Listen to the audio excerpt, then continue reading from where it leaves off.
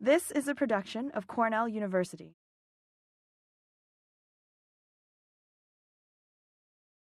Welcome, everyone, to the inaugural In a Word, a series that's dedicated to the Cornell creative writing writers who are always searching for that one word. When Tanja Carter, a lawyer for Harper Lee, discovered a text among some papers that she didn't quite recognize, she became confused and thought at first glance it was just another draft of To Kill a Mockingbird.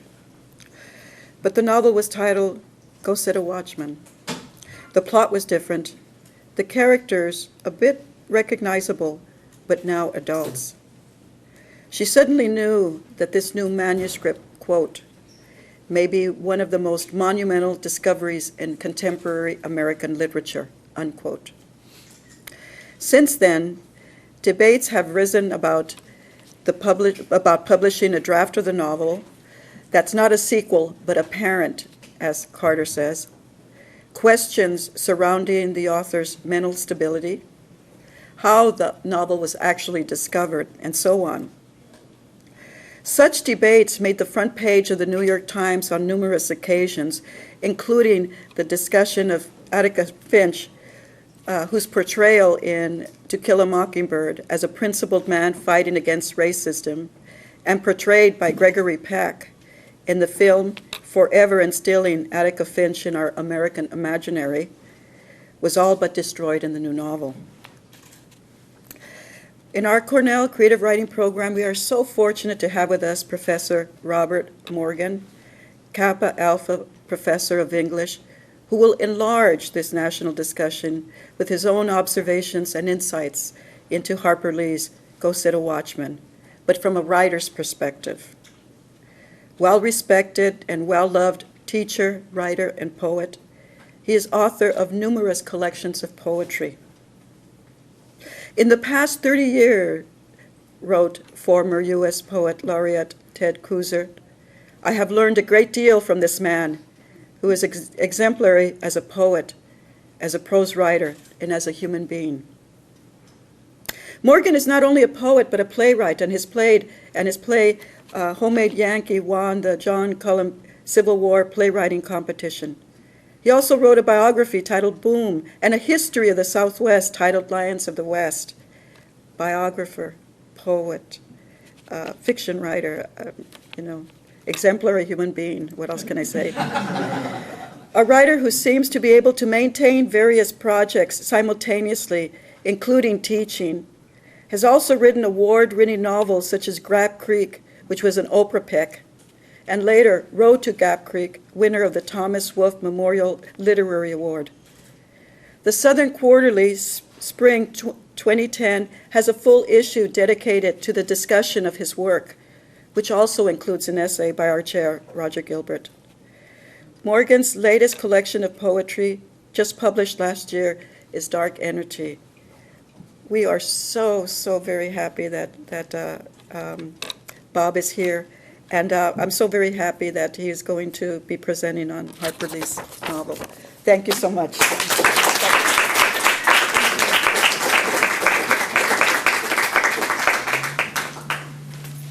Thank you for coming out on this rainy afternoon. I saw Neil Hertz the other day on the sidewalk, and Neil said, you have so many hats, I never know which one you're going to be wearing.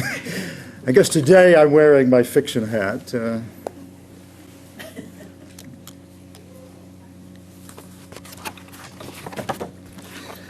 One of the special strengths of good fiction is the way it can reach across boundaries of gender, ethnicity, race, religion, geography, and through translation, even language, and across history or time.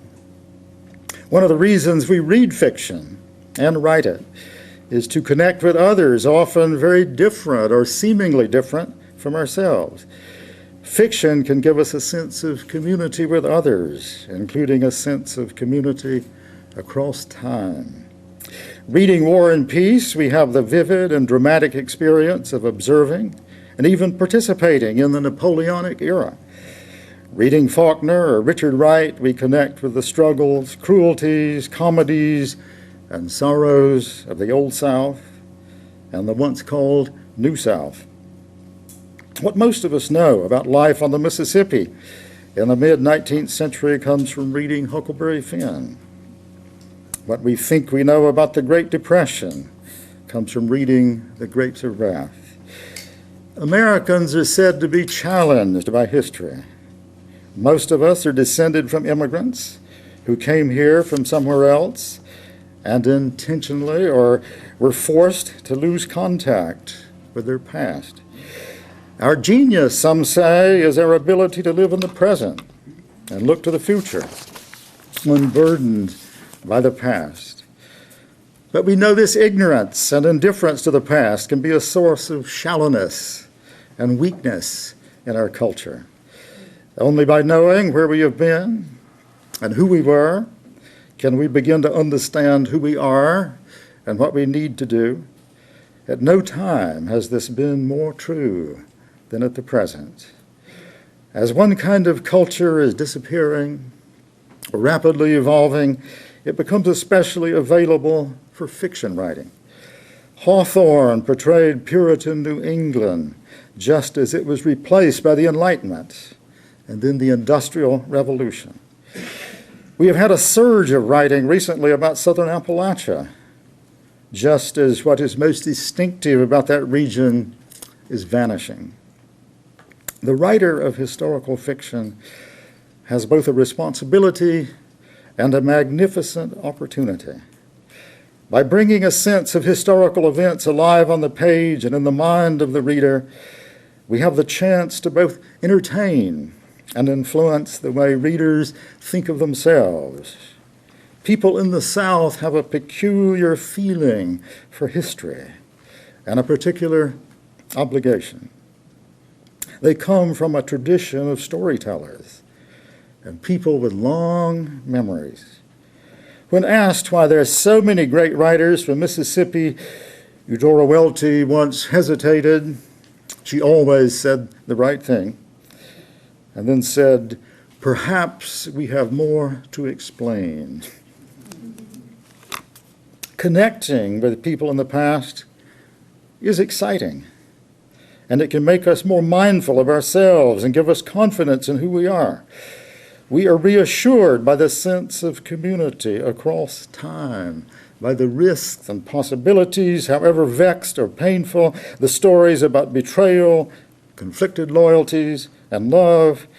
Fiction can transform particular history into art of universal significance. I'll read that again. Fiction can transform particular history into art of universal significance. When To Kill a Mockingbird was published in 1960, it set off a phenomenon in modern fiction. The novel quickly became a bestseller, was widely reviewed, admired, talked about. There were a few dissenting voices, but only a few. Flannery O'Connor is supposed to have said, "It's a fine novel for children." An English critic described the novel as Faulkner for young readers. Onto the landscape of Southern fiction, where we knew the horror and Baroque splendor of Absalom, the Gothic poetry of Carson McCullers, the bleak realism of Erskine Caldwell, the romantic, cinematic fancy of Gone with the Wind.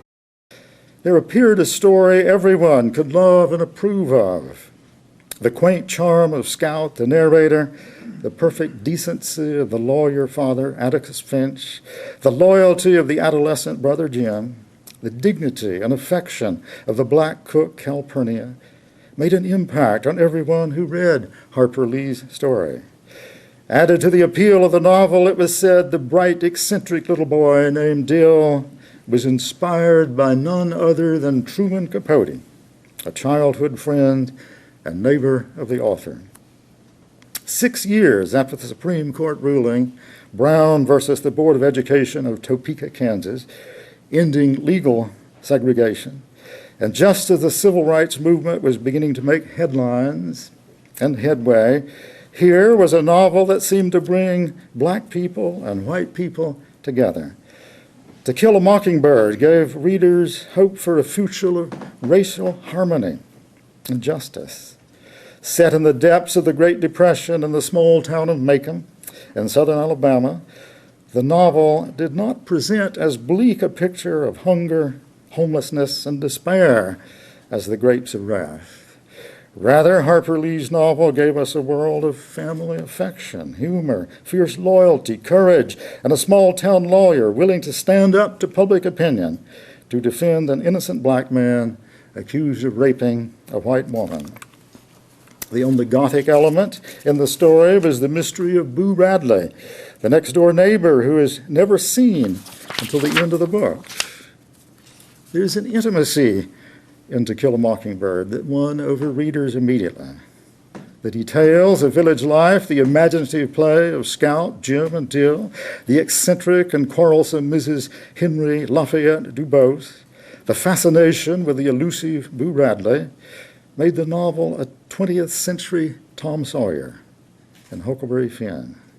There's also an element of Thornton Wilder's Our Town and Edgar Lee Masters' Spoon River in Harper Lee's work.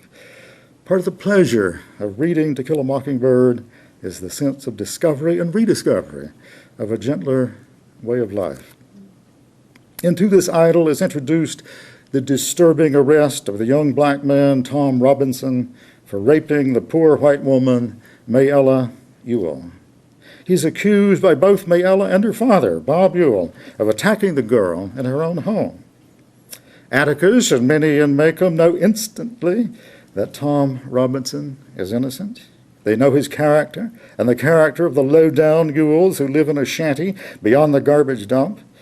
But all know Tom Robinson will be convicted of the charge because it is just his word against the testimony of two white people. We're told, quote, Tom was a dead man from the minute Mayella Ewell opened her mouth. Knowing how hopeless the case is, Atticus nevertheless agrees to take on Tom's defense. Quote, if I didn't defend the man, I couldn't hold my head up in this town, Atticus tells Scout. Atticus knows he risks alienating many of his fellow townsmen. He's highly respected, a member of the Alabama legislature, a friend of Sheriff Tate and Judge Taylor. In fact, Atticus doesn't practice criminal law. He's a civil lawyer doing wills, land transfers, tax forms. Atticus is a paragon of good manners and courtesy. His wife is dead, and he's been left to raise his children alone with the help of the cook Calpurnia, and then his sister Alexandra. It is Calpurnia who is the real mother, the Scout and Jim. The timing of publishing of To Kill a Mockingbird could not have been better. Just as the country was about to face ugly scenes on television of police dogs attacking civil rights demonstrators, and demonstrators knocked over by fire hoses, freedom riders beaten and killed, here was a story of a prominent white man who put his career, and as it turns out, the safety of his family, on the line to defend an innocent black man. Atticus seemed like the father, the neighbor, the lawyer we would all wish for. Alone, he prevents Tom Robinson from being abducted from the jail and lynched in the middle of the night. His humanity gives us all renewed hope for humanity. Part of the genius of To Kill a Mockingbird is that it is set in the 1930s. By placing the story in the Great Depression, Lee creates an atmosphere of common cause. Even the middle-class families of Macomb have little money. Atticus is paid by his clients in hickory nuts, vegetables, chickens. All are poor, though some, of course, are poorer than others. In the 1930s, the whole country was struggling. The village of Macomb is a metonym of the nation, tottering on the edge of ruin. Harper Lee's novel is accessible to all readers. It has none of the obscurities of Faulkner's best fiction. From the first, it was read by young and old alike. In fact, it soon became required reading for high school, even middle school students. Harper Lee has said she was glad the book came out in 1960, for later it would have been assigned to the young adult category. The clarity of its prose made it easy to translate into many languages. It would sell more than 40 million copies worldwide, and is still selling. The novel revealed the best in people and seemed to bring out the best in people. In 1962, the film of To Kill a Mockingbird was released. If anything, it was an even greater success than the novel. Directed by Robert Mulligan and starring Gregory Peck as Atticus, it took the world by storm. Horton Foote won an Oscar for his screenplay, and Peck won an Oscar for his leading role. Foote had done such a superb job of simplifying and shaping the story for the screen, leaving out some subplots and characters, stressing the voice of Scout, the mystery of the Radley house, the heroic character of Atticus Finch. Not only is Atticus a brilliant, conscientious lawyer, a loving, if sometimes bemused father, but he turns out to be a crack shot with a rifle when a mad dog threatens the town. Like The Grapes of Wrath and Gone with the Wind, To Kill a Mockingbird was well served by its movie version. What had been a phenomenon before became a super phenomenon. Newborn boys around the country and around the world were named Atticus. Whenever the novel was mentioned, the figure of Gregory Peck came to mind. The child actor Mary Badham would be forever the face of Scout, as Jean Louise Finch was called. Robert Duvall made his screen debut in the film as Boo Radley and began an extraordinary career starring in other vehicles written by Horton Foote, such as The Chase and Tender Mercies. Brock Peters, who played Tom Robinson, would go on to be an acclaimed actor in The Pawnbroker, Soylent Green, Major Dundee, and Star Trek. The enthusiasm for To Kill a Mockingbird did not dissipate. Throughout the 1960s and the 70s and 80s and 90s, then in the new century, the sales, the reprintings, the aura around the novel only grew. Oprah tried her best to persuade Harper Lee to allow the novel to be a selection for the Oprah Book Club. Lee refused. She had long ago quit giving interviews. It was thought by many the reclusive author was shy of appearing on television. Since the mid-1960s, Lee had refused almost all interview requests. It was well known that Harper Lee had helped her old friend Truman Capote with his research for the nonfiction thriller In Cold Blood. She had traveled to Kansas a number of times with Capote to conduct interviews and visit scenes of the story. She had given a number of interviews after To Kill a Mockingbird appeared, but she became increasingly reclusive, except for rare appearances to raise money for libraries. It was said she was tired of all the hoopla associated with bestsellerdom. The rumor was that Capote had written at least some of To Kill a Mockingbird. That rumor seemed to drive her further into seclusion. It was known that she gave large gifts to a number of charities. It was said she lived a simple existence in her apartment in New York City and in the house she shared with her older sister Alice in Monroeville, Alabama, model for the fictional Macon. In 2014, it was reported in the book The Mockingbird Next Door that Harper Lee was now residing in a nursing home in Alabama after suffering a stroke in 2007. The announcement that a new novel by Harper Lee had been discovered among her papers became headline news in early 2015. She had promised a novel about race years before, when she was still talking to the press, and many hoped this was that promised novel. Then it was explained that Ghost Sent a Watchman was written earlier than To Kill a Mockingbird. Some called it a first draft of the famous novel written in the mid-1950s, but put aside as she began to write her masterpiece. Readers everywhere were anxious to read the new old novel. For 55 years, they had been waiting for another novel from the pen of Harper Lee. There were many unanswered questions about the newly discovered novel. Why was it not found until now? Was it really a first draft of To Kill a Mockingbird, or was it a separate work? Had it been revised after the publication of To Kill a Mockingbird, after the classic movie? Was the novel to be published with the author's consent, knowledge, or approval? Was the author in a condition to make a decision about publishing this newly unearthed manuscript? Was she being exploited by greedy agents and editors? Well-known writers announced they wouldn't read the book since it was suspected Harper Lee was being badly served. The publisher tried to reassure the public that Go Set a Watchman was being brought out with Harper Lee's enthusiastic approval. A press release included a statement by the author herself.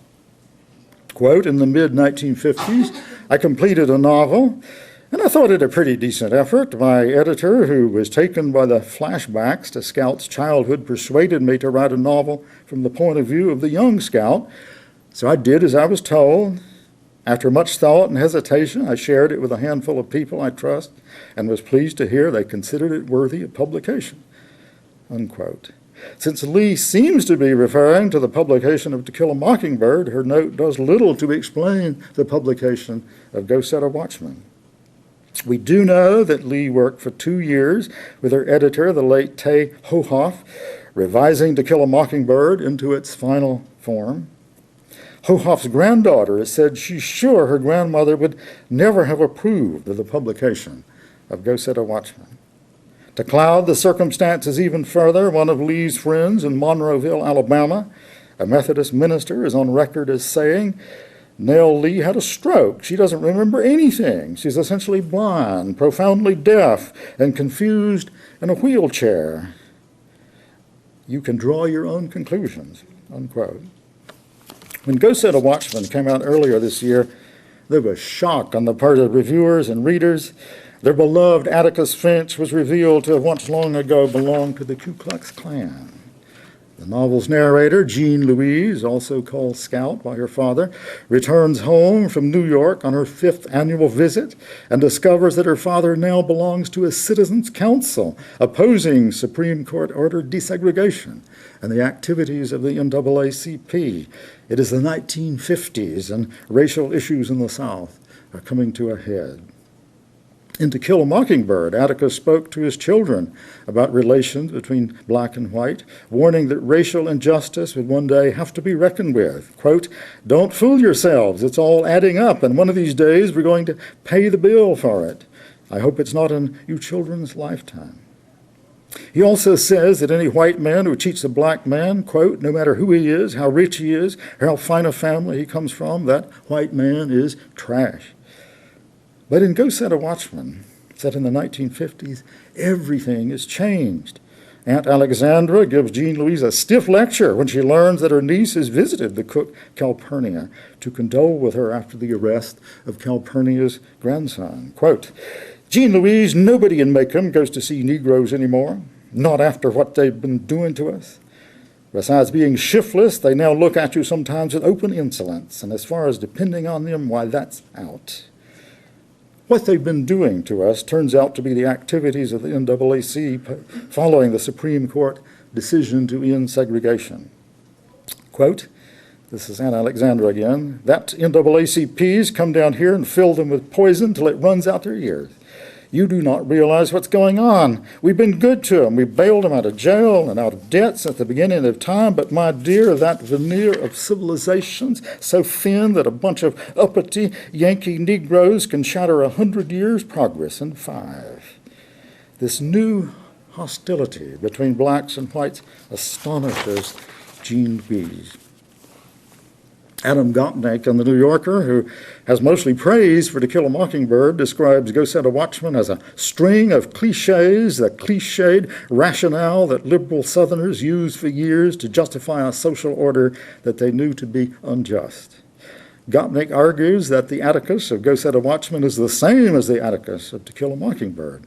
Quote, there is no contradiction between Atticus defending an innocent black man accused of rape in Mockingbird and Atticus mistrusting civil rights 20 years later. Writing in the New York Times Book Review, Randall Kennedy lamented the fact that Go Set a Watchman had been put aside, for the earlier novel presented great challenges, but also possibilities beyond the fairy tale childhood story of Scout and Atticus in To Kill a Mockingbird. Potentially, Go Set a Watchman was, quote, the story of Jean Louise's adult conflicts about love and fairness, decency and loyalty. Fully realized, that novel might have become a modern masterpiece. A story revealing that Atticus, the supposed paragon of probity, courage, and wisdom, was a white supremacist, could have become a far greater novel than To Kill a Mockingbird. In Go Set a Watchman, Atticus says, "Honey, you do not seem to understand that Negroes down here are still in their childhood as people. Can you blame the South for wanting to resist an invasion by people who are apparently so ashamed of the race that they want to get rid of it?" When I got a copy of Go Set a Watchman and began reading it, I wasn't sure what to expect. After all the anticipation and then the strident response of reviewers, I wondered if it was possible to be objective about the later novel by the author of To Kill a Mockingbird. As I began reading, I was struck by the mildness of the story. Jean Louise returned to the town of Macomb for a visit. She now lives and works in New York City. Lee tells the story like a modern-day Jane Austen, witty, ironic, affectionate, realistic. Jean Louise has become a career girl in the city, but she still returns to her roots, loving the South but irritated by its backward ways. Aunt Alexandra annoys her in particular with her old-fashioned ideas of social propriety, ladyship, class, comportment. Hank Clinton, her suitor and her father's law partner, is a charmer, but he's from the working class. Quote, "I'll have an affair with you, but I won't marry you," Jean Louise tells him.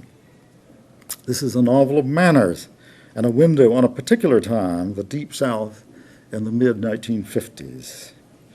Quote, "Of all her relatives, her father's sister Alexandra came closest to setting Jean Louise's teeth permanently on edge. Alexandra had never been actively unkind to her, but she had made Jean Louise's life hell on wheels in her day.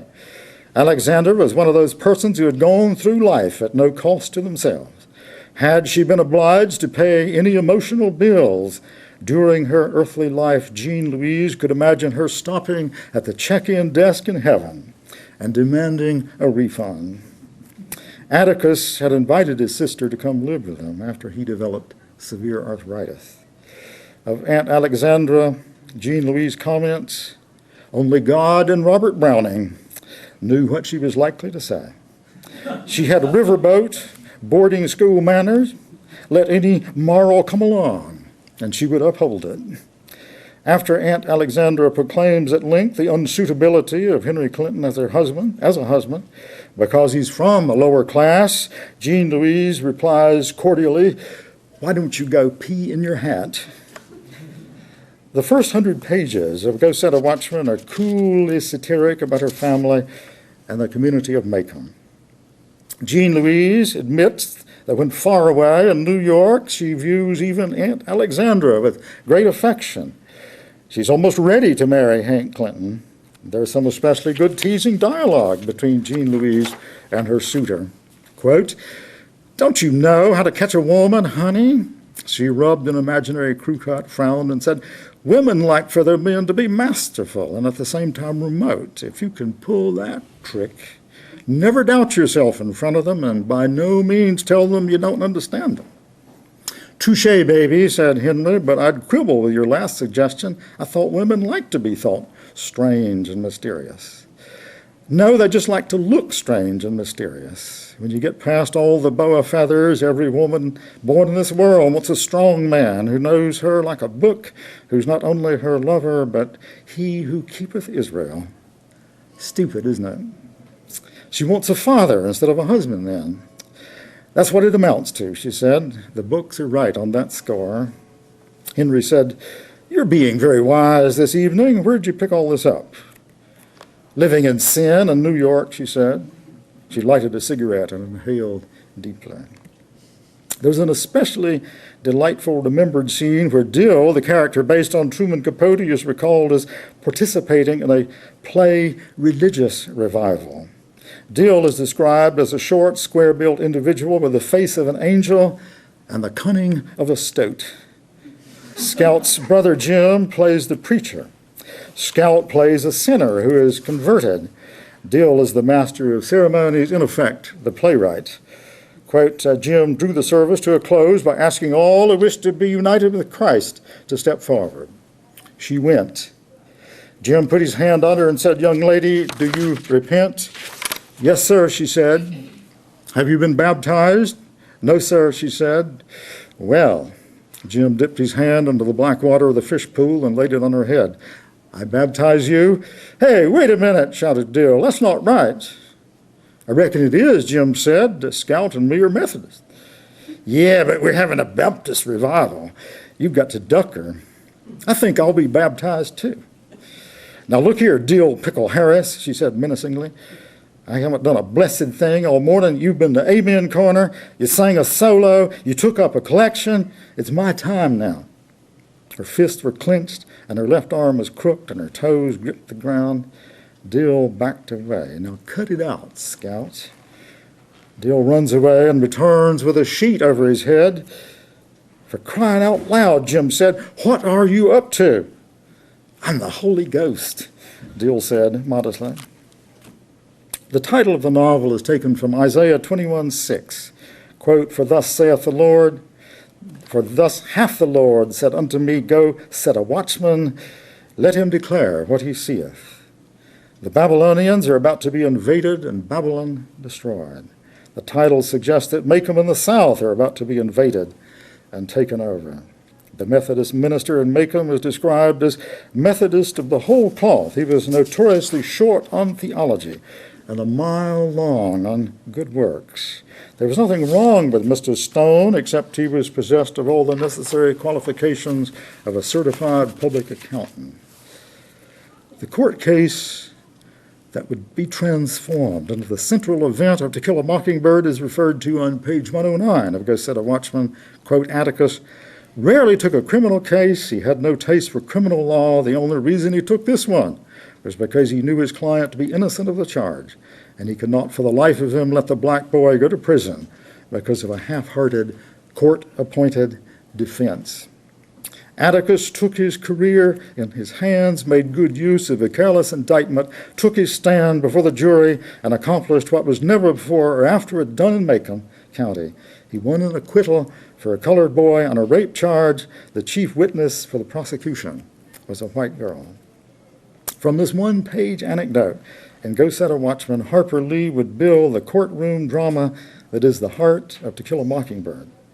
It would be hard to find a better example of how an artist works and grows, how art benefits from rethinking and revision. From this tiny seed of an idea, Lee created one of the most famous legal dramas in fiction and film. From the rough and scattered fibers of history, she gathered, spun, and wove the smooth fabric of popular fiction. The name Atticus is almost certainly taken from Cicero's friend and confidant Titus Pomponius, to whom the great orator addressed the 16 volumes of his letters to Atticus.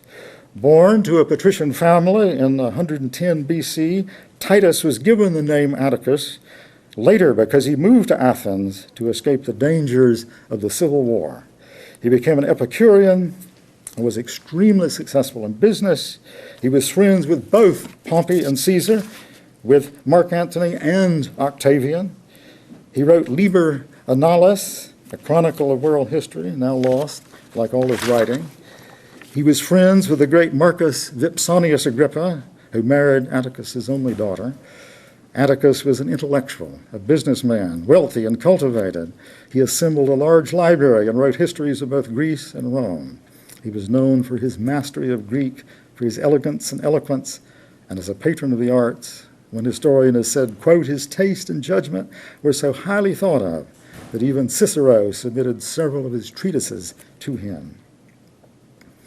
It seems likely that Harper Lee had such associations in mind when she chose the name Atticus for the wise, patient, kindly, small-town lawyer, modeled on Lee's own lawyer, Father A.C. Lee. We know that Harper Lee's favorite authors were British historians of the grand style, especially Thomas Babington Macaulay. Jean Louise has always idolized her father. Quote, Atticus Finch's secret of living was so simple it was deeply complex. Where most men had codes and tried to live up to them, Atticus lived his to the letter, with no fuss, no fanfare, and no soul-searching. Atticus has had to serve as a single parent to Jean Louise and her brother Jim with the help of the cook Calpurnia and the very proper Aunt Alexandra. Atticus is a kind of god to his father, a model of what a man in a small town is supposed to be. Therefore, she is shocked and sickened when she discovers that Atticus and her fiancé, Hank Clinton, are attending a meeting of the Citizens' Council at the county courthouse. She slips into the courthouse to observe a meeting of the council from the colored balcony, the same balcony from which the young scout watched the trial of Tom Robinson in To Kill a Mockingbird. From that balcony, Jean Louise witnesses her beloved father listening to the rant of a white supremacist named Grady O'Hanlon. She's stunned as Mr. O'Hanlon spews his bigotry, and Atticus listens without objecting. Jean Louise flees the courthouse and walks dazed to an ice cream parlor. Ordering a cup of vanilla, she sits numb as nausea overwhelms her and she tries to think. Quote, the one human being she had ever truly and wholeheartedly trusted had failed her. The only man she had ever known whom she could point to and say with expert knowledge, he is a gentleman. In his heart, he is a gentleman, had betrayed her publicly, grossly, and shamelessly. The second half of Go Set a Watchman does not work as well as fiction as the first half. Beginning as a mild novel of manners and satire about a small town in Dixie, as seen by a returning daughter, the novel becomes far more ambitious, but less effective as narrative. It is here that Lee begins to lose control of her fiction, presenting page after page of argument that exhausts rather than engaging the reader. A great deal of space is given to the rich intellectual aesthete uncle, Dr. Jack Finch, who quotes Lord Melbourne and Winthrop Makeworth Creed and serves as a kind of chorus for the unfolding story. Jean Louise goes to visit the retired cook Calpurnia after Calpurnia's grandson is arrested for manslaughter. But this kindly woman who raised her has nothing to say to Jean Louise now. Quote, Jean Louise rose to go. Tell me one thing, Cal, she said, just one thing before I go. Please, I've got to know. Did you hate us? The old woman sat silent, bearing the burden of her years. Jean Louise waited. Finally, Calpurnia shook her head. Jean Louise is deeply shaken by the changes in the community and the people she holds dear. Quote, why is it that everything I have ever loved on this earth has gone away in 2 days' time? When Jean Louise confronts Henry for his attendance at the Citizens' Council meeting, he defends himself vigorously and pragmatically. Quote, a man can appear to be part of something not so good on its face, but don't take it upon yourself to judge him unless you know his motives as well. A man can be boiling inside, but he knows a mild answer works better than showing his rage. The climactic scene of the novel is Jean Louise's confrontation with Atticus in his office before her planned departure for New York. She means to have it out with the kindly, patient father who's gone so terribly wrong in his old age. The scene is sustained, explicit, and both Jean Louise and Atticus are eloquent. It's something of a mystery why the scene is less than satisfying. Atticus is an experienced lawyer, and he knows how to parry Jean Louise's attack.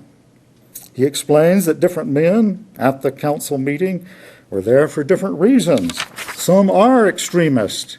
The rest are ordinary, decent citizens met to discuss the issues of the day. He explains his own presence at the meeting. Quote, I can tell you the 2 reasons I was there.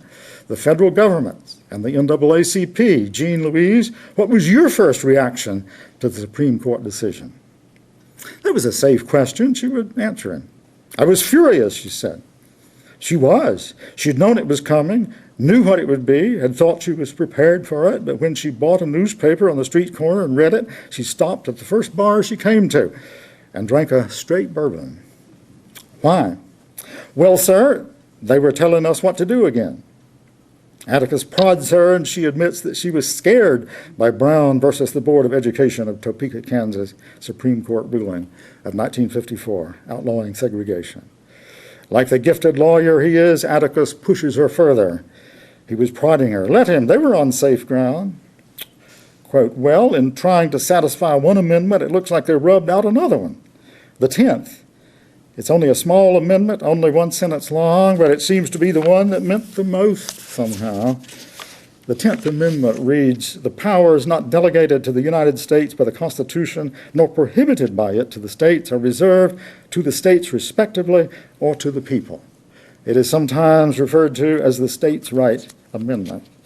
Jean Louise is forced to admit that emotionally she responded to the Brown versus the Board of Education ruling, as many white Southerners did, resenting that the South was once again pushed around, rushed, bullied.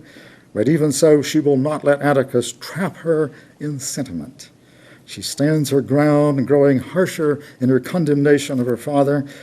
Atticus pleads that he is an old-fashioned Jeffersonian Democrat. He's adamant that giving the vote to all black people, regardless of education or lack of it, is dangerous. Jean Louise sneers, "I'll never forgive you for what you did to me. You've cheated me, you've driven me out of my home, and now I'm in a no man's land, but good, there's no place for me anymore in Macomb, and I'll never be entirely at home anywhere else." Jean Louise's rage and rhetoric rise in a crescendo. Atticus concedes that he has destroyed her childhood illusions about himself and about this world. Jean Louise yells at him that he's no better than Hitler. "I have killed you, scouts. I had to.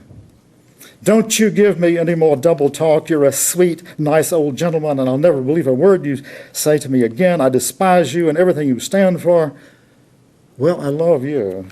You double-dealing, ringtail old son of a bitch. You just sit there and say, 'as you please,' when you've knocked me down and stomped on me and spat. You son of a bitch." "That'll do, Jean Louise."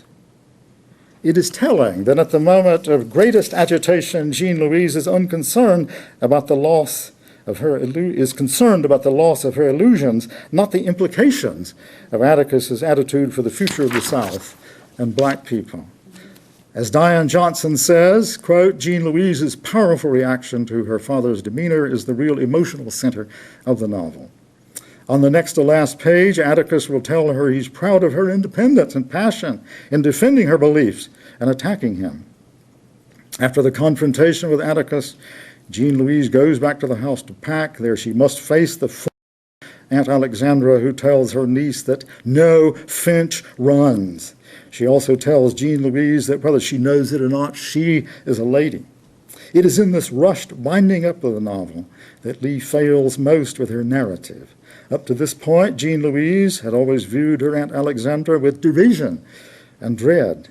Aunt Alexandra represents everything about genteel Southern womanhood that Jean Louise despises. When young, Scout was a tomboy who preferred overalls to dresses. She enjoyed fighting with her fists and could whip most boys her age and even older.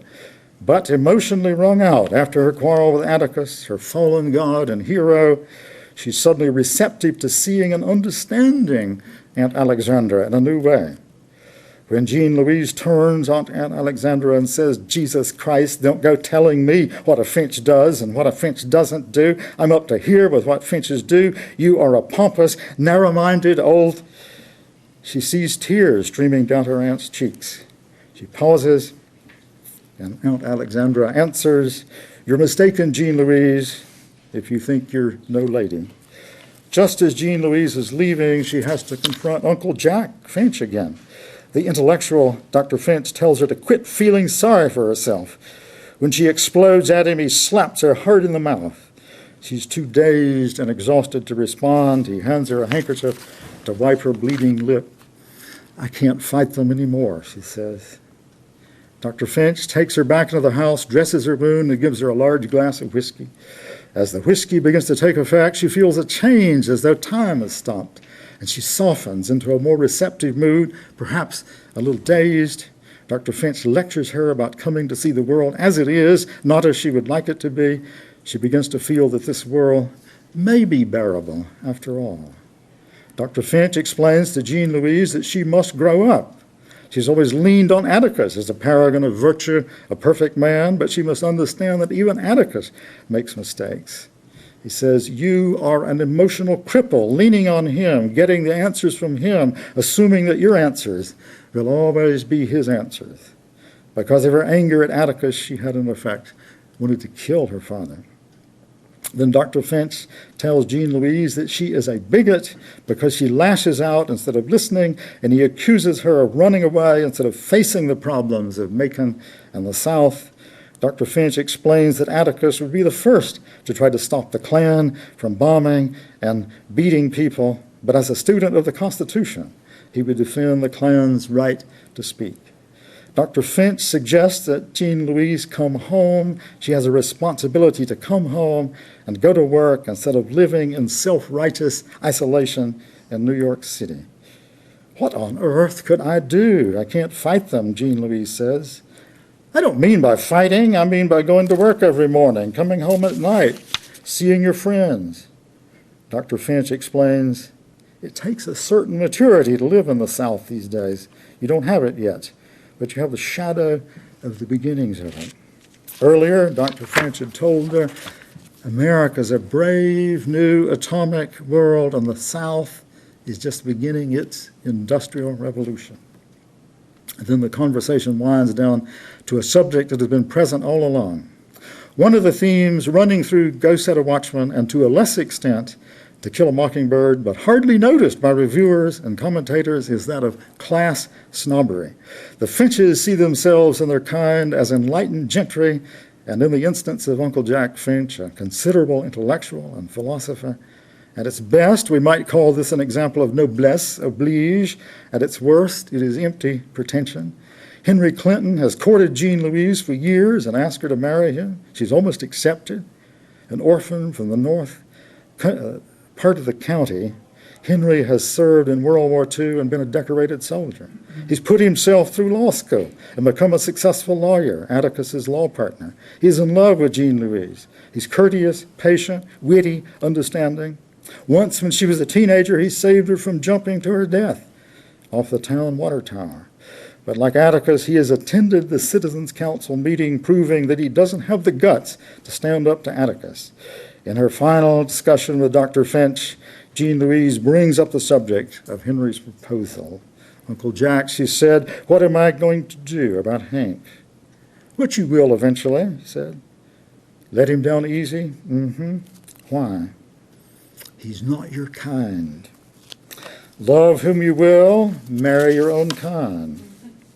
Look, I'm not going to argue with you about the relative merits of trash. This is one of the more chilling moments of Go Set a Watchman.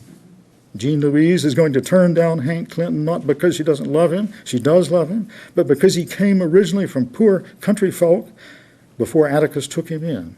He's a war hero, a successful lawyer, a man of courtesy and charm who can make her laugh, but he must be refused, for he is not of the quality. He could be her lover, but not her husband.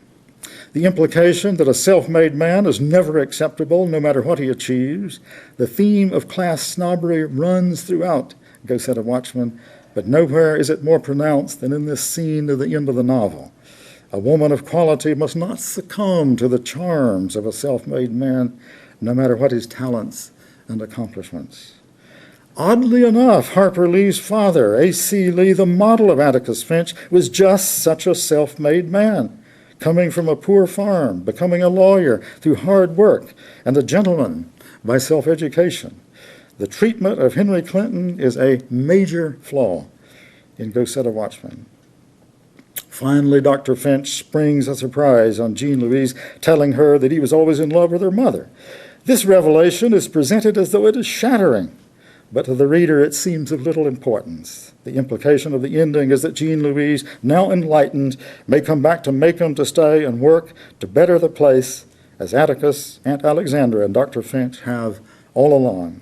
She has now seen where her responsibility lies. There is no forward or afterward to Go Set a Watchman. We have been told that Harper Lee, who now resides in a nursing home in Alabama, wanted this earlier novel published. But no one has explained why she wanted it published now. The novel contains some of her most brilliant writing, but some of her worst. Go Set a Watchman is clearly unfinished. She put it aside earlier for good reason, probably on the advice of her agent or editor. I will conclude with one suggestion, one guess at the possible motive for bringing this earlier work before the public. Comparing Go Set a Watchman with To Kill a Mockingbird provides a telling lesson in the art of novel writing.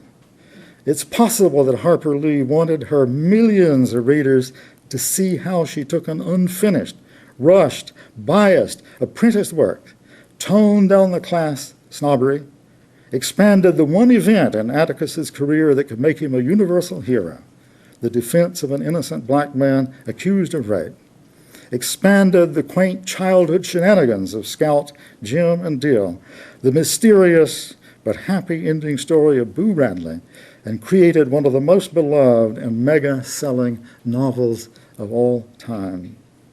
What a journey that was, what an artist she was. Whether Lee intended it or not, that is the lesson we get from Go Set a Watchman.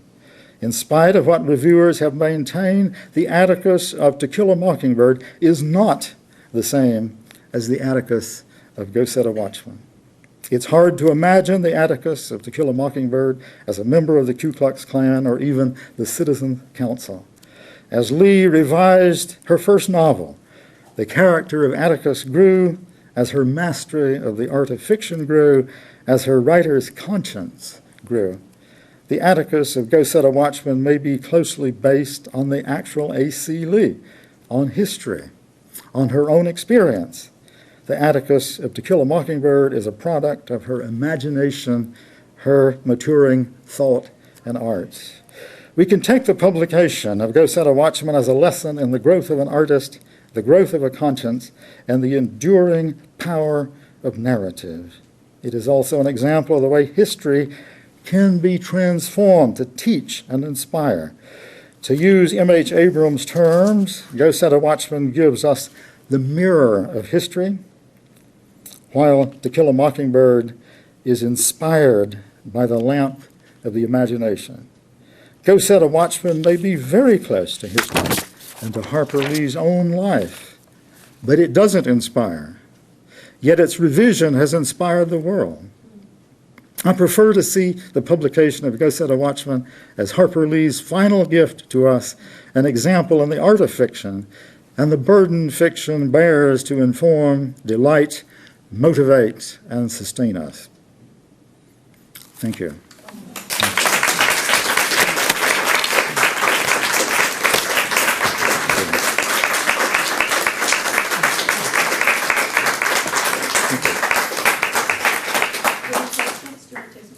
Sure. Question? Comment? Yes. Bob, if history is written by the winners, and we say that literature is written by those who lost, when we read War and Peace towards the middle of the end, when you actually get to the middle of the end, I kind of started feeling sorry for Napoleon in rags and the language that he used. Mm-hmm. And could that also explain the abundance of Southern writers, which Dora Wilton says they have more to explain? Could it be defeat having something to do with it? That is probably true. I mean, if you have to deal with greater complexities in your culture and your background, it may. In the case of the South, what we call the Southern Renaissance came, I think, in a rush of self-discovery after the defeat and the bad times of Reconstruction and poverty, and suddenly to realize that you could write and that there was an interest in. American fiction goes through successive stages of discovering parts of ourselves that we don't know that much about. I mean, the South, and then the African American community, the Jewish community, now the Asian, Hispanic community. It's part of the glory of American fiction that it does that. I mean, we learn a lot about ourselves from the novels and from these renaissances that keep happening.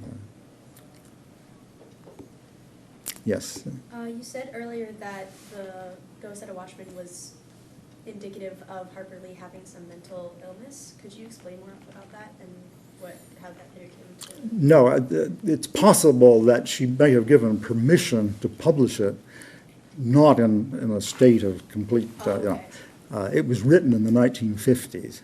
I think that people who suggest that it was written after are completely wrong. I mean, it is it has every sign of being a first book. I mean, she loses control of the narrative at several important places. You can see that.